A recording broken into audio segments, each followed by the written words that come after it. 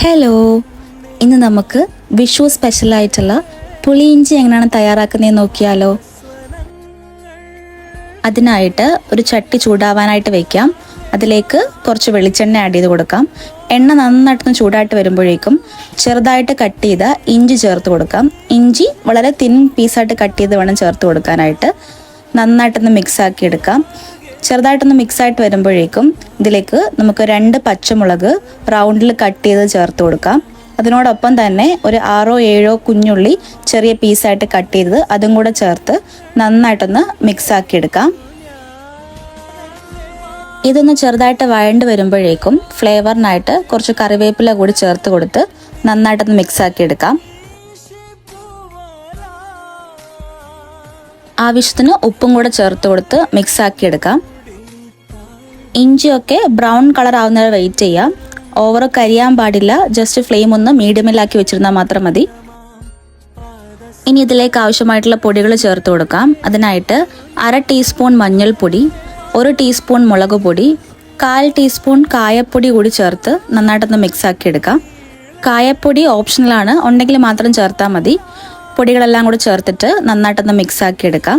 ഈ സമയം ഫ്ലെയിം ഓഫാക്കി വെക്കാം, അല്ലെങ്കിൽ വളരെ ലോ ഫ്ലെയിമിലിട്ട് വേണം കുക്ക് ചെയ്യാനായിട്ട്. ഇനി ഇതിലേക്ക് ആവശ്യമായിട്ടുള്ള പുളി ചേർത്ത് കൊടുക്കണം. അതിനായിട്ട് ഒരു പാത്രത്തിലേക്ക് കുറച്ച് പുളി എടുത്ത് വെള്ളം ഒഴിച്ച് കുറച്ച് സമയം റെസ്റ്റ് ആക്കാൻ വെക്കാം.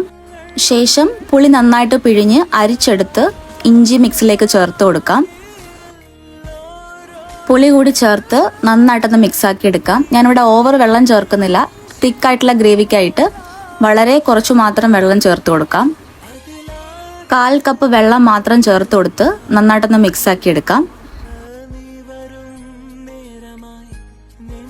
ഗ്രേവിയൊക്കെ ഒന്ന് ജസ്റ്റ് തിളയ്ക്കാനായിട്ട് സ്റ്റാർട്ട് ചെയ്യുമ്പോഴേക്കും നമുക്കിത് അടച്ചു വെച്ച് ഒരു 10 മിനിറ്റ് കുക്ക് ചെയ്യാം.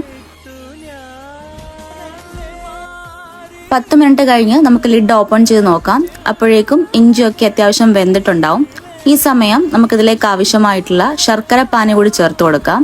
ഞാനിവിടെ ഒരു 1/4 കപ്പ് ശർക്കര പാനി കൂടി ചേർക്കുന്നുണ്ട്. ശർക്കര പാനിക്ക് പകരമായിട്ട് ശർക്കരയുടെ പീസസ് വേണമെങ്കിലും ചേർത്ത് കൊടുക്കാവുന്നതാണ്. നന്നായിട്ടൊന്ന് മിക്സ് ചെയ്ത ശേഷം നമുക്കിത് ലോ ഫ്ലെയിമിൽ ഒന്ന് അടച്ചു വെച്ച് കുറുകാനായിട്ട് വെയിറ്റ് ചെയ്യാം.